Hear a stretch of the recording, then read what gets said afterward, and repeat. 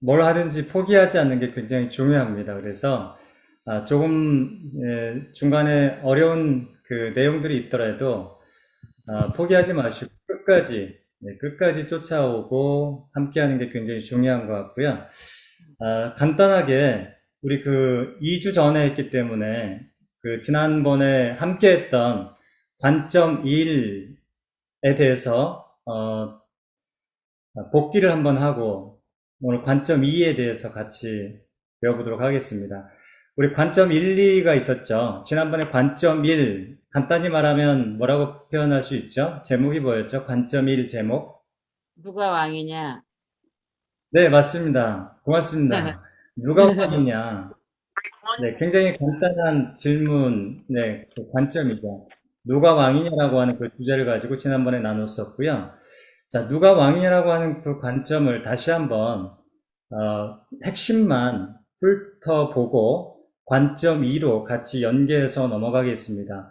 자, 우리가 관점 1, 누가 왕이냐라고 하는 그 관점으로 우리가 성경을 전체적인 부분을 조망할 수 있다, 읽어볼 수 있다, 그렇게 말씀드렸죠. 그래서 그 관점은 굉장히 중요합니다. 성경을 통독하는 데 있어서 일관성, 하나의 어떤 그 관점을 가지고 읽는다고 하는 것은 성경의 수많은 이야기들을 하나의 그 안경을 가지고 본다는 의미에 있어서 굉장히 중요하거든요. 자, 지난번에 1장부터 11장까지 우리가 쭉 보면서 누가 왕이냐라고 하는 그 관점으로 읽어봤는데요. 창세기 1장부터 11장까지 잠깐 복기를 한번 해볼게요. 자, 창세기 1, 2장에서 천지창조가 있죠. 그 하나님께서 우주 만물을 창조하시면서 그 하나님의 창조에 있어서 가장 하이라이트가 뭐였죠? 사람이었죠. 그쵸? 네, 잘 보이세요?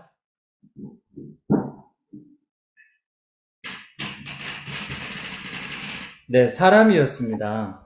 네, 잘 안 보여요? 자, 사람이었는데요. 이 사람에 만드는 데 있어서 특징이 있죠. 사람을 어떻게 만드셨습니까? 하나님의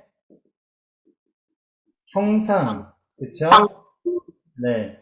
하나님의 이미지, 이마고를 가지고 하나님께서 사람을 만드셨다.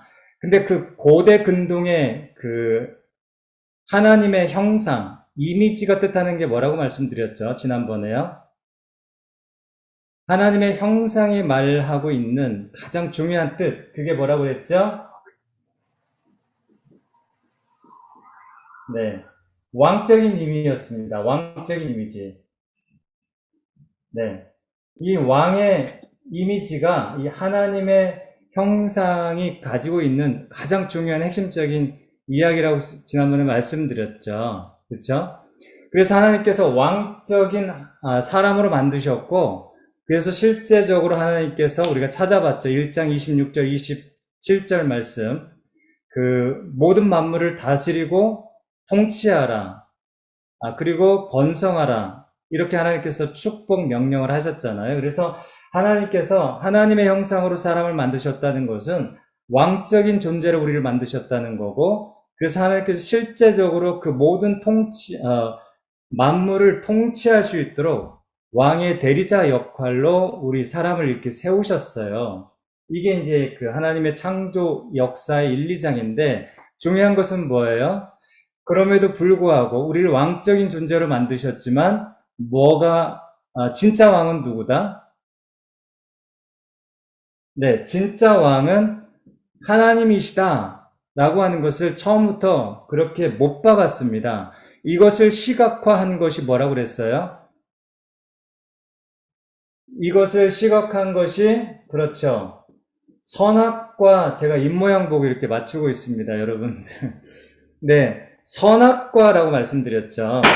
하나님께서 우리를 왕적인 존재로 부르셨고, 실제적으로 이 모든 만물을 다스릴 수 있도록 우리를 부르셨지만, 진짜 왕은 너희가 아니고 나야 라고 하고 이 시각적으로 표시해준 기준, 캐논, 그게 뭐였냐면 선악과였습니다. 근데 3장에서 이 사단이 유혹을 하죠. 어떻게 유혹합니까? 3장에서 너도 하나님같이 될 거야 라고 이렇게 유혹을 하죠. 근데 결과적으로 그 유혹의 결과는 무엇이었습니까? 정말 하나님처럼 된다는 그 사단의 유혹은 거짓이었고, 결국은 어떤 존재로 전락했냐면, 우리가 죄인의 저주의 그 결과를 맞이하게 됐죠. 자, 그래서 이 하나님 앞에서 쫓겨난 사람이 어떻게 됩니까? 결국은요, 사람들 간에 서로 왕이 되려고 하는, 서로 왕이 되려고 하는 그 인간의 역사를 3장부터 계속 보여줍니다. 4장부터요. 자, 그래서, 하나님이 부재한, 하나님이 없는 그 자리에서 서로 인간이 왕이 되려고 하는 그 역사가 인간의 세계사였고 일반사였다고 하는 것을 말씀드렸습니다. 그러면서 인간이 왕이 되려고 하는 그 역사에서 가장 중요한 게 뭐예요? 파워다. 네. 힘겨루기야. 그래서 개인 간의 힘겨루기가 살인으로 나타나고, 또 부족 간, 나라 간의 힘겨루기가 뭘로 나타나요? 전쟁으로 나타나죠. 자, 이런 것들이 세계사였고 일반사였다고 말씀드렸습니다. 그러면서 이 대표적인 인물이 누구입니까? 사람이 왕이 되려고 했던 그 중요한 계보가 있었죠. 사람이 왕이 되려고 하는 그 중요한 계보가 누구였어요? 4장에서 처음에 가인 나오죠. 그렇죠? 네. 그리고 4장에서 또 가인의 족보에서 또 누가 나옵니까? 라멕이 나오죠. 그 다음에 또 누가 나와요? 6장에서 네피림이 나오죠. 그렇죠? 네. 그리고 11장에서 이거 배웠기 때문에 제가 이렇게 다 찾아보지 않고 금방금방 넘어가게돼요. 11장에서 또 누가 나옵니까? 11장에서 아브라함, 힘으로 기억나시죠? 네. 이것이 인간이 왕이 되려고 하는, 그 계열의 대표성을 띠고 있는 인물들입니다. 지금 기억나시죠? 기억나세요? 네. 자, 그래서 이것이 어떻게 이어집니까? 가인 4장, 라멕 4장, 네피림 6장, 니무롯 11장. 결국적으로 가인, 라멕, 네피림, 니무롯으로 이어지는 인간이 왕이 되려고 하는 이 계열의 가장 정점은 어디에서 끝나냐면 신할 땅, 바벨탑 사건으로 이어지죠. 그쵸? 그쵸? 네, 이것이 11장의 마지막 결론이었습니다.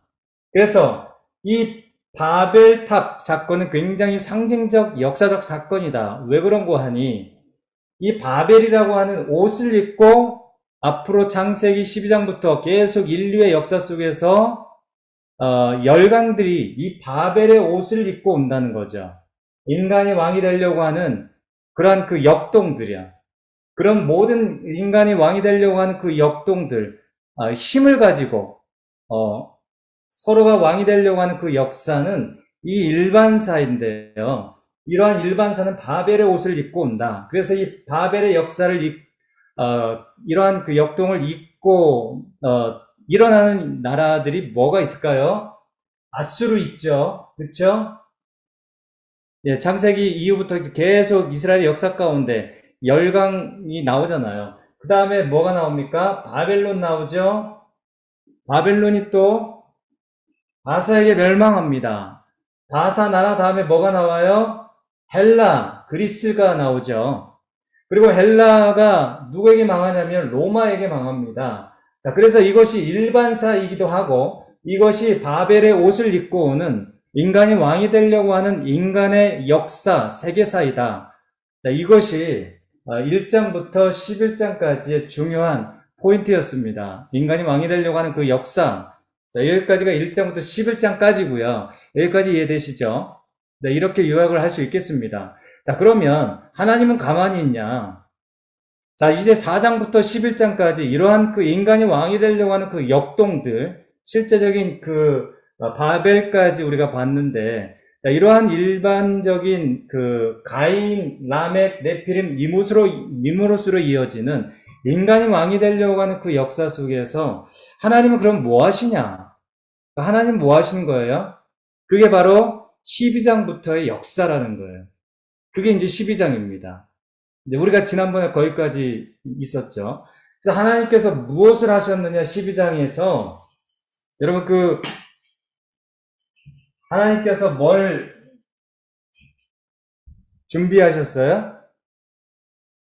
하나님을 모시고 하나님을 왕으로 섬기려고 하는 그러한 나라를 만드는 것, 그 시초가 이스라엘이다. 그래서 이스라엘은 굉장히 상징적인 모델적인 나라입니다. 어떤 나라요?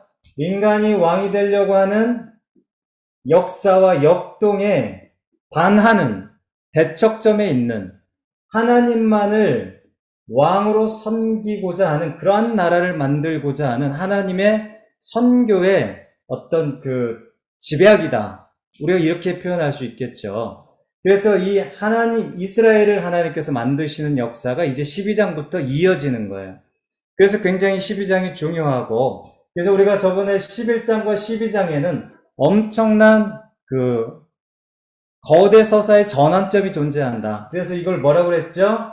비유 포인트라고 그랬죠. 그렇죠? 비유 포인트. 역사가 바뀌는 거예요. 그러니까 1장부터, 정확하게 말하면 4장부터 11장까지 인간이 왕이 되려고 하는 그런 역사와 역동에 반해서 그 속에서 하나님께서 12장부터 이제 새로운 하나님의 구원의 역사를 써가시는, 이스라엘을 만들어 가시는 그런 하나님의 구원의 역사. 그래서 역사의 전환점, 비유 포인트, 이게 11장과 12장 그 사이에 있다. 이것을 이제 지난번에 말씀드렸습니다. 그러면서 이제 그 11장부터 12장부터 뭐가 나오죠? 창세기 다음에 뭐가 나와요? 출애굽기, 레위기, 민수기, 신명기, 그다음에 여호수아. 이게 결국은 크게 보면 어떤 거죠? 하나님께서 이스라엘을 만들어 가시는, 나라를 만들 때 세 가지가 필요하다고 그랬죠.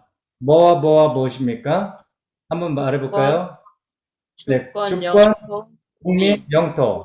네, 그쵸? 그래서 이 여호수아에서 결국적으로 어떤 성취가 이루어지냐면 땅을 차지하는 역사가 이제 거의 마무리 짓게 됩니다.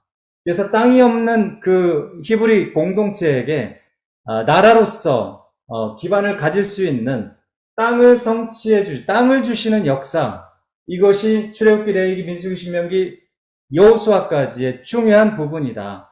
그래서 이스라엘을 하나님께서 어떻게 나라를 만들어 가시는지를 보여주는 중요한 부분이다. 그래서 여호수아까지 이제 그 종지부가 찍어지고요. 나라를 만드는 데 있어서 국민, 주권, 영토, 이 세 가지가 이제 어느 정도 틀이 잡혀지고, 그 다음부터 뭐가 나오죠? 사사기부터 시작해서, 그쵸? 사사기부터 시작해서 사무엘상하, 그 다음에 열왕기상하, 열왕의 역사로 이어집니다. 왕들의 역사요. 나중에 이제 우리가 통독하면서 더 구체적으로 배울 텐데요. 이 왕들의 역사에서 가장 중요한 정점을 찍었던 인물이 누구죠? 지난번에 말씀드렸는데, 여러분 이게 가장 중요한 이 열왕들의 역사, 왕들의 역사에서 가장 정점이 되는 중요한 핵심적 상징적 인물이 누굽니까? 다윗이죠. 그죠? 왕들의 역사에서 가장 중심을 차지하고 있는 인물은 뭐니 해도 다윗입니다. 여러분 이 다윗은 누구를 상징하고 있죠? 신약에서 오실 예수 그리스도. 구약에서 진정한 왕은 누굽니까? 하나님을 진정으로 섬겼던 왕 중의 왕은 누구예요? 다윗 왕이거든요. 그쵸? 다윗 왕 이후부터 이 실패예요. 그쵸? 실패합니다. 이것이 이제 구약의 역사예요. 그래서 이 왕들의 역사에서 진정한 왕 대신 하나님께 돌아오라 계속 선포했던 사람들이 누구예요, 여러분? 이 왕들의 역사 속에서 진정한 왕 대신 하나님께 돌아와라 이렇게 계속 메시지를 했던 사람들이 누구예요? 선지자죠. 선지자죠. 그렇죠. 감사합니다. 선지자죠. 선지자. 열왕의 역사 속에서 이렇게 하면 망한다. 하나님께 돌아와야 된다. 왕 대신 하나님께 돌아와라. 이렇게 줄구장창 외쳐댔던 사람들이 선지자, 이 선지자의 메시지를 기록한 게 뭐다? 예언서다. 연서. 예언서. 이게 구약 전부예요. 이게 구약 전부. 이 예언서가 몇 권입니까? 17권입니다. 간단해요. 왕 대신 하나님께 돌아오지 않으면 너희들 망한다. 그러니 돌아와라, 회개해라. 이 메시지가 예언서의 전반을 차지하고 있다.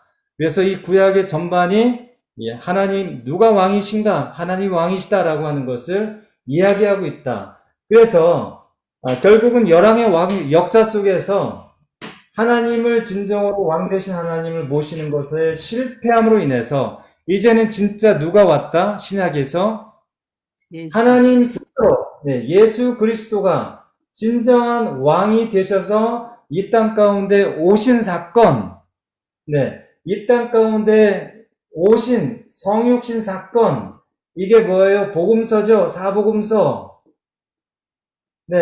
인간들이 왕 대신 하나님을 섬기는데 실패한 열왕들의 역사를 끝내고, 이제 정말 진짜 왕 대신 그분께서 이 땅에 인간으로 오신 역사, 이것을 기록한 게 뭐다? 신약의 마태, 마가, 누가, 요한복음이다. 사복음서다. 그래서 구약의 하나님을 진정으로 왕 대신 하나님을 모시는 나라가 이스라엘이라면, 그죠? 야곱의 12아들을 기초로 한 이스라엘이라면 신약의 신이스라엘, 그게 뭐예요? 신이스라엘. 이게 뭡니까? 야곱의 12아들, 예수님의 12제자. 맞잖아요. 이스라엘이 왕 대신 하나님을 모시는 나라라면 새로운 신이스라엘, 하나님의 새로운 백성 공동체, 그게 뭐예요? 교회죠. 그죠? 이 교회가 누구로부터 시작이 됩니까? 예수님의 12제자, 성령님의 성령 강림 사건이 12제자에게 임하잖아요. 그죠? 그래서 신약의 이스라엘은 교회입니다. 교회. 이 교회가 어떻게 생성이 되고 어떻게 발전이 되고 부흥하고 퍼지는가, 이것을 기록한 게 뭐예요? 사도행전. 그죠? 그리고 이 사도행전을 기점으로 어떻게 교회가 전 나라와 열방 가운데 퍼지는가, 확산하는가, 이것을 보여준 게 뭐예요? 서신서. 아시아와 유럽으로 막 교회가 개척이 되잖아요. 그죠? 이해되세요, 지금? 이해되세요? 이 교회가 뭡니까? 오직 왕은, 머리 되시는 분은 누구예요? 인간이 아니라 하나님, 그분만이 우리의 머리가 되신다. 그게 교회잖아요. 이스라엘 뭐예요? 하나님이 다스리는 나라. 그게 구약의 이스라엘이잖아요. 신약의 이스라엘이 뭐예요? 교회. 우리의 머리 되신 주님, 왕 되신 하나님. 그게 교회잖아요. 그게 사도행전이고 그게 서신서의 전부다. 그래서 마지막 뭡니까? 요한계시록. 이게 뭐예요? 요한계시록. 왕 대신 하나님께서 새하늘과 새 땅을 가지고 이 땅에 영원히 오신다. 아직 이루어지지 않았다. 오실 것이다. 대망하자, 기다리자. 이게 이제 신약의 메시지입니다. 그러니 구약과 신약의 전반의 관점, 꿰뚫는 본질적 중심 관점이 뭐다? 하나님은 왕이시다. 하나님 나라가 이 땅 가운데 오게 하시는 역사다. 이게 구약과 신약의 중요한 관점 1이었습니다. 여기까지 이해되시죠? 네. 지난주에 우리가 배웠던 것을 다시 한번 복기한 것 뿐입니다. 자, 이런 관점으로 보면 신구약이 그냥 하나의 이야기로 꿰뚫어지는 거예요. 자, 그럼 관점 1에 우리가 연관해서 관점 2를 한번 같이 볼 겁니다. 관점 2. 자, 관점 2는 뭐죠? 관점 2는 뭐예요? 자, 물도 마시고 초콜릿도 좀 드시고 당 떨어지신 분들은 좀 이렇게 자기만의 어떤 그 강구책을 좀 세워 주시면서 졸지 않도록 당을 충전하세요. 자, 12장 1절, 2절, 3절 보시면 이제 그 관점 2가 뭡니까? 관점 2를 같이 한번 보겠습니다. 여러분 그 주교재는 성경이고 부교재는 어성경입니다. 여러분 그 어성경은요, 페이지 61페이지부터 85페이지까지 지금 그 강의를 하고 있습니다. 자, 정신 차리시고요. 자, 창세기 12장 1절부터 3절 말씀. 자, 그러면 관점 2 한번, 제목을 한번 읽어볼게요. 관점 1이 누가 왕이냐? 관점 2가 뭐죠? 같이 한번 읽어보겠습니다. 시작요. 셋 계열은 가인 계열과 안 된다. 안 된다. 정복해야 한다. 네, 여러분 이제 관점 1에서 셋 계열과 가인 계열을 대충 말씀드렸기 때문에 어느 정도 감을 잡았을 건데요. 자, 그러면 12장 이후부터 어떻게 읽어야 될 것인가? 창세기 12장부터 어떻게 읽어야 될 것인가? 자, 이러한 부분에 있어서 관점 2가 답이 될 수 있겠다는 거죠. 자, 그러면 창세기 12장 1절, 2절, 3절의 말씀을 네, 우리 권대 장로님 한번 빨리 읽어주시겠어요? 창세기 12장 1절부터 3절 말씀. 네. 여호와께서 아브라함에게 이르시되 나는 너의 고향과 친척과 아버지의 집을 떠나 내가 내게 보여줄 땅으로 가라. 내가 너로 큰 민족을 이루고 내게 복을 주어 내 이름을 창대하게 하리니 너는 복이 될지라.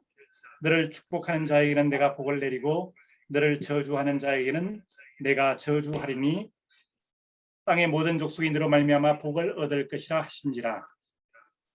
네, 아멘. 감사합니다. 여기서 가장 중요한 게 두 가지죠. 첫 번째는 뭐예요? 첫 번째, 하나님께서 이제 12장부터는 하나님께서 구체적으로 이스라엘을 어떻게 만들어 가시는가를 이제 보는 거고요.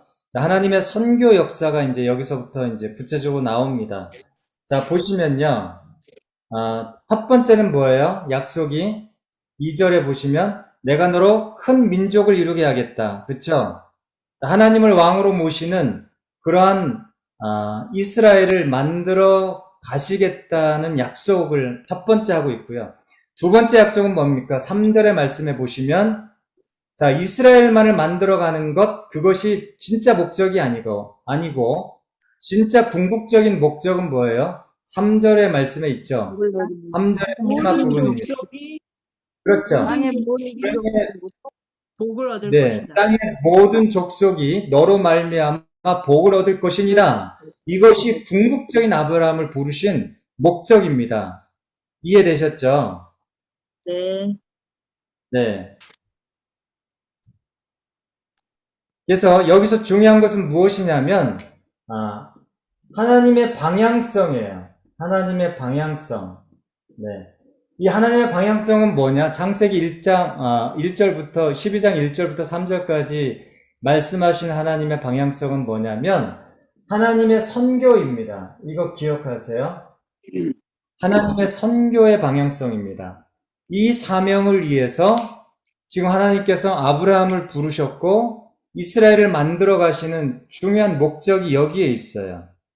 그러니까 이스라엘만을 위해서 부르신 것이 아니라 이스라엘을 통해서 하나님의 구체적인 선교, 열방이 복을 받는, 열방 모든 족속이 다 아브라함 때문에 복을 얻는 이 하나님의 선교가 12장 이후의 모든 방향성이다.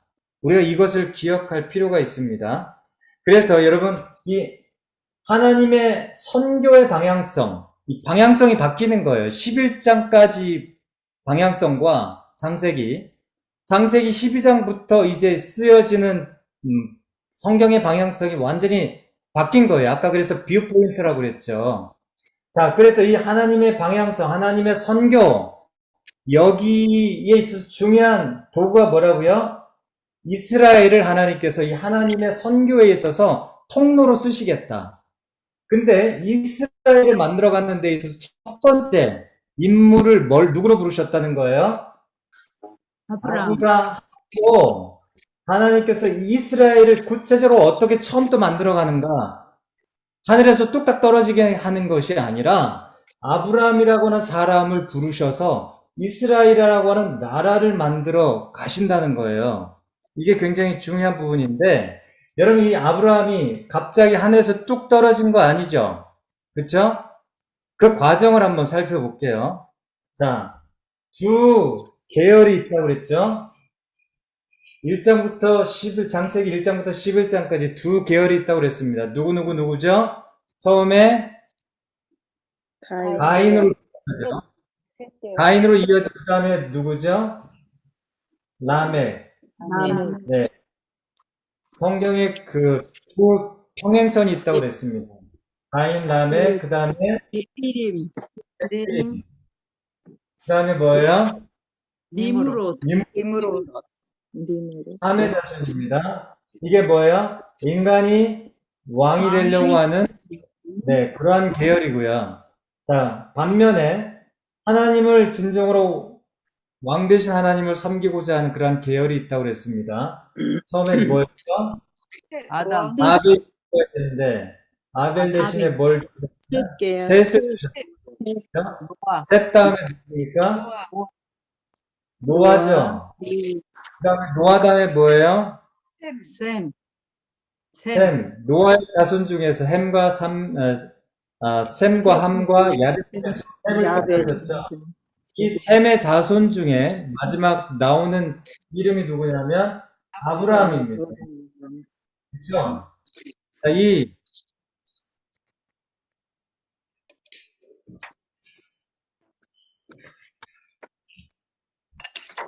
그래서 창세기 4장부터 쭉 보시면 한번 4장 말씀 한번 찾아볼게요. 4장 말씀. 창세기 4장 16절에서 24절 말씀 한번 쭉 볼게요.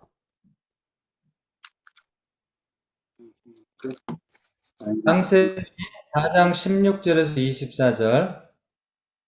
거기에 가장 중요한 가인의 족보가 나오죠. 창세기 4장 16절에서 24절까지 보시면 가인의 족보가 나옵니다.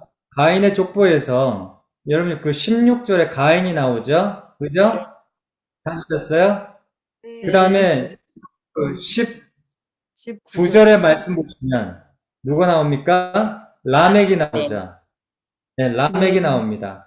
가인과 라멕 이후에 인류의 그 문명과 그 다음에 문화, 그 다음에 철기 문화 이런 것들이 발달하면서 세상에 나라들이 왕성하게 일어나기 시작한다고 말씀드렸습니다. 그래서 가인과 라멕이 굉장히 중요한 대표적인 인물이다 그렇게 말씀드렸죠.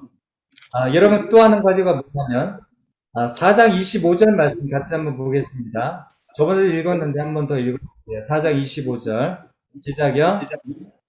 하나님이 다시 앉아 동심하니 그가 아들을 낳아 그의 이름을 셋이라 하시더니 있는 하나님이 내게 가인이 아들 대신에 다른 씨를 주시며 네, 이게 중요하죠.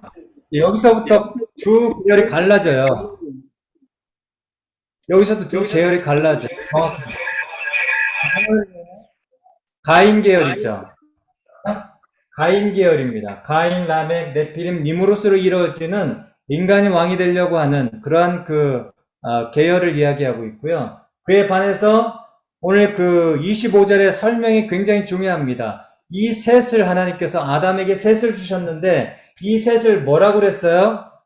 설명에 아벨 대신에 다른 씨를 주셨다. 네, 다른 씨를 주셨다. 그러면서 여러분 그 26절 말씀을 같이 한번 읽어보겠습니다. 시작.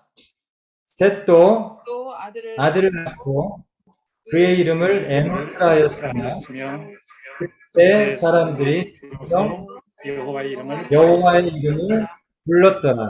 네, 이때부터 자, 이 셋의 자손부터 누구의 이름을 부르기 시작했냐면요. 여호와의 이름을 부르기 시작했다. 다시 말하면 여호와 하나님을 왕 대신 하나님으로 온전히 섬기고자 하는 그러한 공동체로서 일어나기 시작했다는 것을 기록해 주고 있습니다. 그래서 여러분 4장에서 굉장히 이 두 계열이 갈려요. 4장에서. 이 4장이 그래서 굉장히 중요합니다. 3장에서 타락 사건 나타났죠. 하나님 왕으로 모실 수 없어. 내가 왕이 될 거야. 3장에 반란 사건이 나타났죠. 4장에서 보여주는 것은 두 계열로 이렇게 평행선이 역사 속에서 그어지기 시작했다는 것을 정확하게 대조적으로 보여줘요. 그래서 4장에서 굉장히 중요한 지점, 대척점을 우리에게 보여주고 있습니다. 이걸 놓치면 안 돼요. 관점 2. 다시 한번 기억해 볼까요? 관점 2가 뭐죠? 셋 계열은 가인 계열과 섞이면 안 된다. 정복해야 한다. 이 관점 2거든요. 이 관점 2를 제대로 보여주는 대목이 어디냐? 첫 시발점이 어디냐? 4장의 가인족보입니다. 가인족보. 가인으로 이루어진 하나님, 이 사람이 왕이 되려고 하는 역동, 이러한 그 세계사를 흐르고 있는 세계사, 그 다음에 이 세계사 속에서도 하나님께서 셋이라고 하는 다른 씨를 주셔서 인간이 왕이 되려고 하는 그러한 그 주류의 일반사 속에서 하나님을 섬기고자 하는 그런 거룩한 공동체, 다른 씨를 하나님께서 일으키기 시작했다. 이게 관점 2예요. 관점 2. 여기에서 보여지는 관점 2입니다. 그래서 여러분 서로 섞일 수가 없다는 거예요. 1과 2는 서로 섞이면 안 된다. 서로 섞이면 안 된다. 이걸 이야기하는 겁니다. 왜요? 왜 섞이면 안 됩니까? 이게 중요해요. 왜 섞이면 안 돼요? 이 가인 계열이 부정하고 더럽기 때문에 섞이면 안 되는 겁니까? 뭐 때문에 섞이면 안 돼요? 왕이 되려고 하니까. 왕이 되려고. 고맙습니다. 여기서 뭐냐면요. 이 1번과 2번의 이 평행선이 어디까지 이어져요? 계속 이어집니다. 지금까지. 네. 계속 이어져요. 근데 계속 이어지는데 하나님의 선교의 사명 때문에 섞이면 안 된다는 거예요. 이해되셨어요? 하나님께서 이 셋, 노아, 셈, 아브라함 계속 하나님께서 하나님을 섬기고자 하는 그 나라를 이루어 가시려고 하는데 궁극적인 목적이 뭐라고 그랬어요? 아까 12장에서. 이 셋 계열, 노아, 셈, 아브라함 이 계열을 통해서 하나님께서 이루시고자 하는 목적이 뭐예요? 이 사람들만 잘 되게 하는 것이 아니라 결국적으로 이 계열을 통해서 온 열방이 복을 받게 하는 하나님의 선교의 사명을 이 씨 가운데 주셨다는 거예요. 이 사명의 DNA가 이 셋 공동체 안에 하나님께서 심어주셨기 때문에, 그래서 다른 씨예요. 다른 씨. 그래서 다른 씨예요.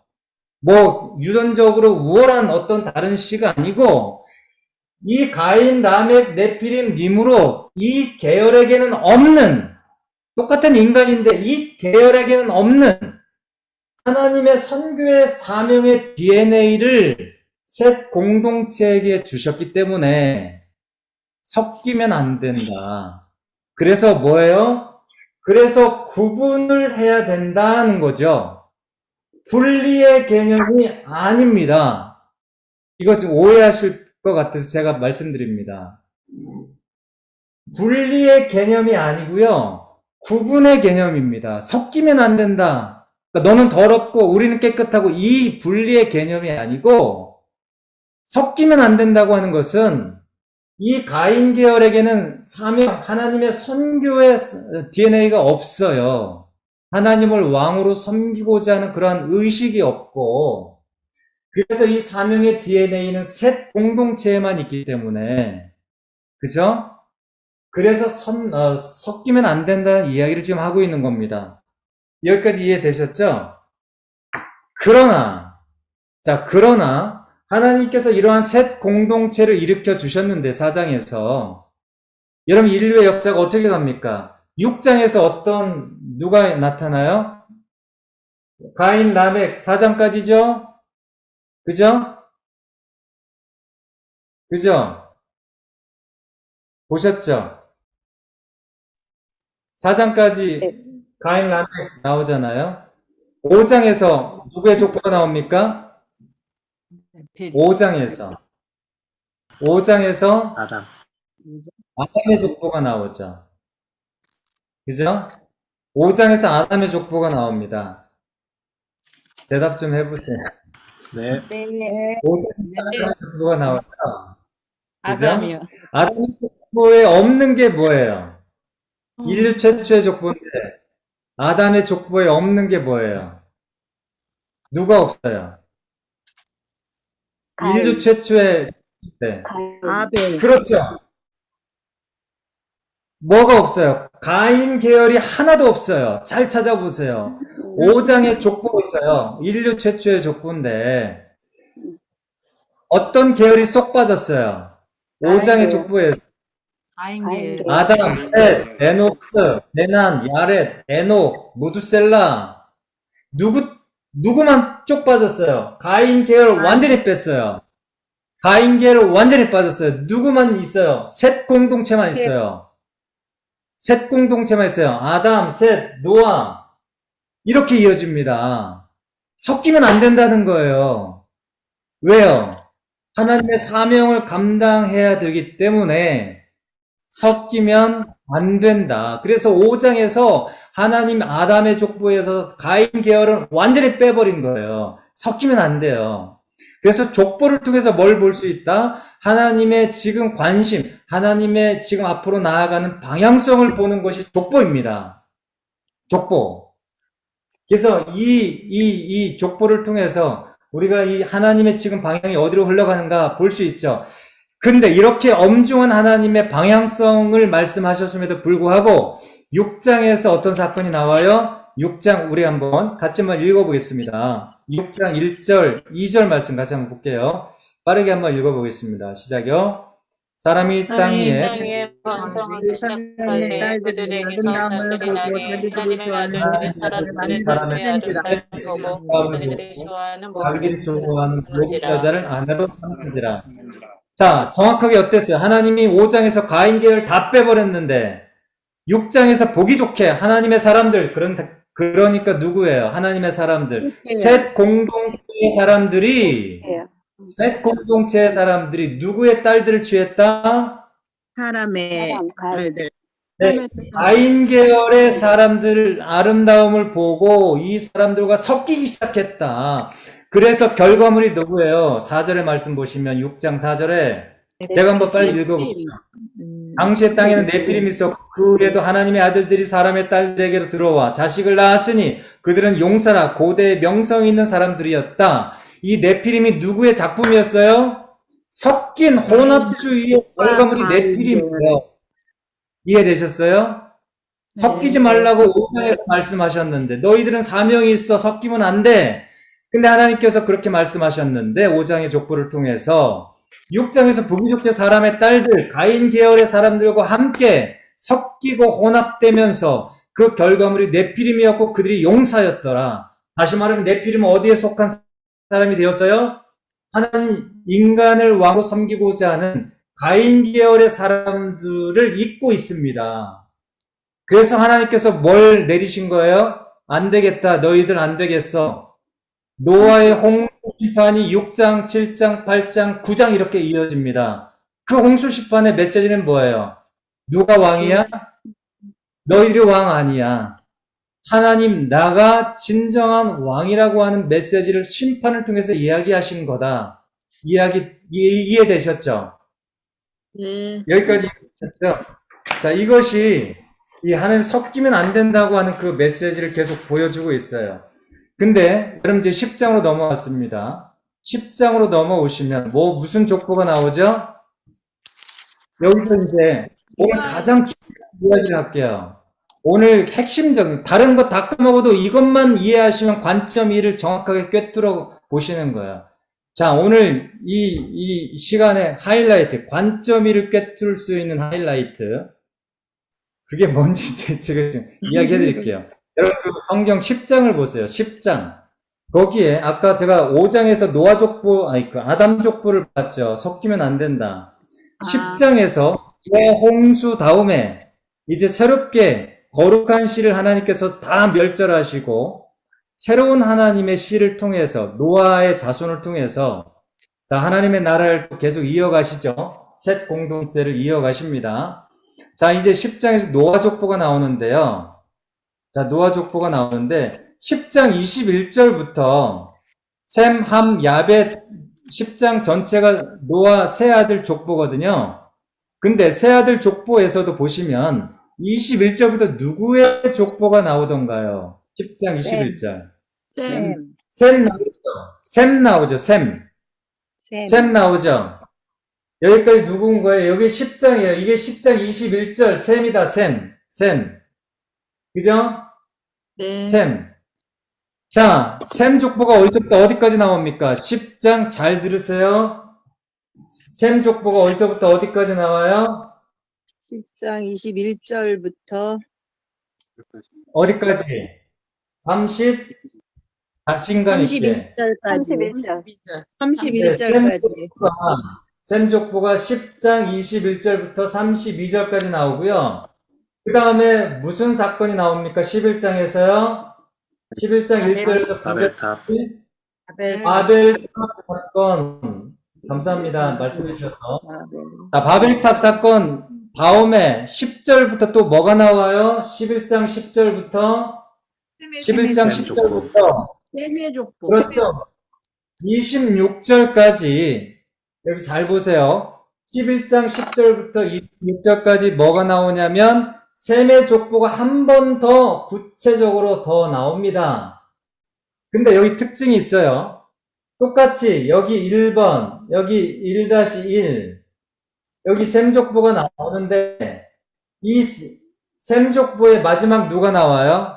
아브람. 16절부터 여기 26절에 누가 등장합니까? 11장 26절에 아브람. 그렇죠. 아브라함이 아브람. 처음으로 등장합니다. 여기서요. 아브라함이 여기서 처음으로 등장해요. 이해되시죠? 네. 이 굉장히 중요한 구조예요. 이 구조만 이해하시면 관점이가 보입니다. 자, 보세요. 바벨탑이 중간에 끼어 있죠? 그래요, 안 그래요? 그래요. 바벨탑 앞에 뭐가 나온다? 셈 족보가 나옵니다. 바벨탑 후에 뭐가 나온다? 역시 셈 족보가 나온다. 이 셈 족보, 두 번째 셈 족보의 마지막 인물은 아브라함으로 귀결되고 마친다. 그러면 이 바벨탑을 일으킨 중요한 족속들, 계열이 누굽니까? 셈 족보예요? 가인 족보예요? 가인 계열이에요. 가인 계열. 가인. 그렇죠. 가인 계열이 바벨탑, 인간이 왕이 되려고 하는 그 상징적 바벨 사건의 주축 인물들이 누구냐? 가인, 니므롯, 라멕, 이러한 계열이거든요. 이게 바벨탑을 주동했던 이 계열들입니다. 근데 이 바벨탑 사건이 지금 어디에 끼어 있어요? 잘 보세요. 어디에 끼어 있어요? 셈과 셈족보 사이에 지금 이 중간에 끼어 있다. 지금 끼어 있다. 이 메시지가 뭐겠어요? 셈족보, 셈의 자손, 셈의 공동체를 일으킨 이유가 도대체 뭐냐? 라고 했을 때 뭐예요? 이 바벨탑을 일으킨 가인 계열의 사람들을 어떻게 해야 된다? 하나님께 돌아오게 하고 이들을 선교해야 된다라고 하는 중요한 메시지를 여기다 지금 하고 있는 거예요. 그래서 뭐 해야 된다? 섞이면 안 된다. 그래서 섞이면 안 된다. 구분해야 된다. 분리가 아니다. 결국은 이 셈 공동체를 하나님께서 일으키신 이유는 이 바벨탑 사건을 주동했던 인간이 왕되고자 하는 그러한 역사를 뒤집어서 하나님의 구원의 선교, 구원의 역사를 이 셈의 자손, 셈의 공동체를 통해서 일으키고자 하는 하나님의 역사를 말하고 있다. 이게 관점 2다. 이 관점 2가 창세기 12장부터 신약의 역사다. 이해되시죠? 네. 이해됩니까? 셈 족보를 통해서 계속 나오는 인물들이 누굽니까? 모세, 여호수아, 사무엘, 다윗, 계속 이런 사람들이 누구예요? 가인 계열이에요? 셈 계열이에요? 셈 계열. 계열이에요. 계열입니다. 가인 계열에서 이런 사람 안 나와요. 안 나와요. 싸그리 다 누구냐? 싸그리 다 누구냐? 셈 계열의 사람들이 계속 일어납니다. 선지자들 다 누구예요? 셈 계열입니다. 왕 대신 하나님께 돌아와라. 계속 12, 17 예언서 다 이 셈 계열의 사람들을 통해서 하나님께서 이 바벨탑을 주동했던 가인 계열의 사람들을 향해서 계속 선교하는 역사예요. 이해되셨죠? 이게 신약까지 이어진다. 그러므로 이 관점 2를 통해서 성경을 꿰뚫어라. 이런 이야기를 지금 하고 있는 겁니다. 그러니 이 오늘 가장 중요한 거, 10장과 11장에 이어지는 이 셈 족보와 신할 그 바벨탑 사건의 구조를 통해서 관점 2를 보시면 되겠습니다. 이해되셨죠? 네.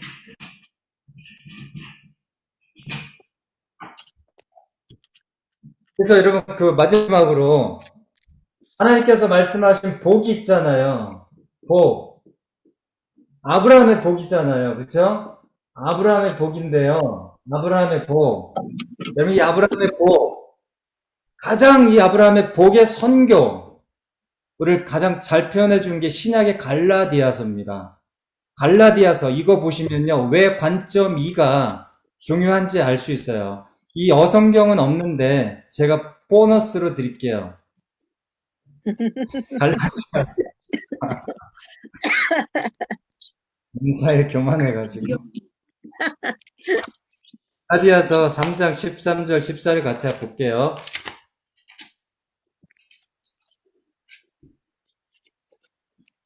갈라디아서 3장 13절 14절 말씀 같이 한번 보겠습니다.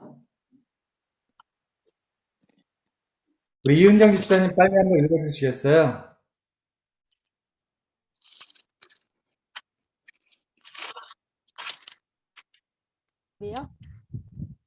네, 갈라디아서 3장 13절 14절.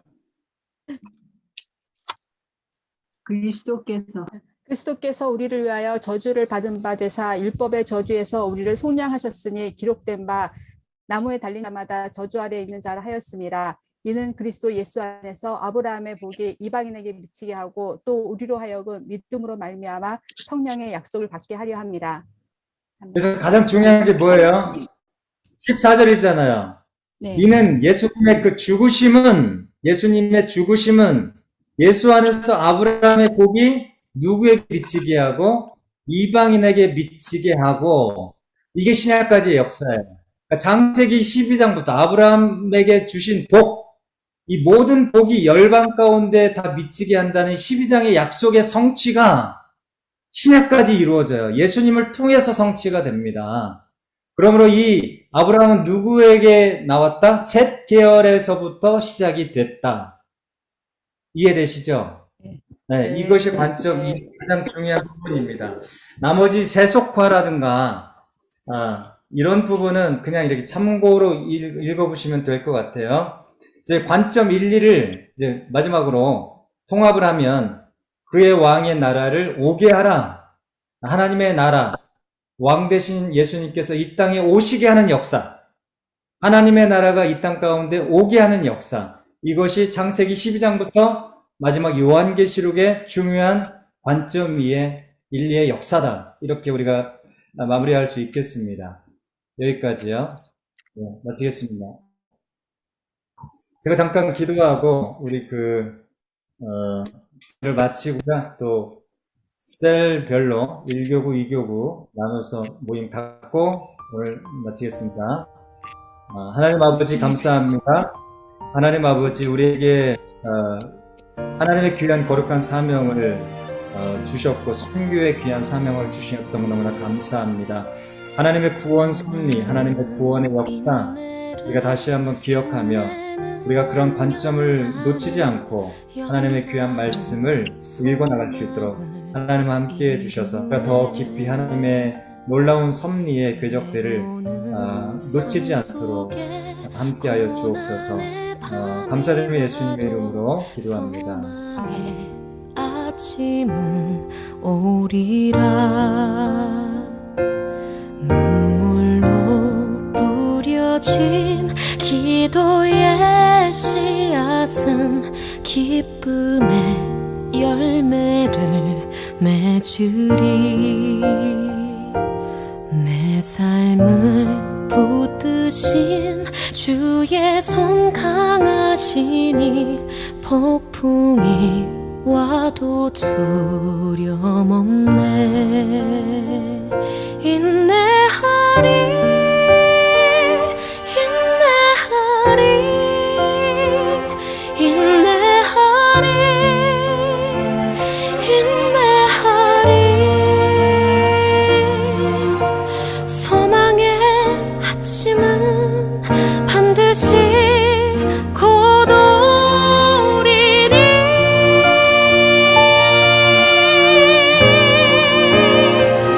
인내하리 인내하리 믿음으로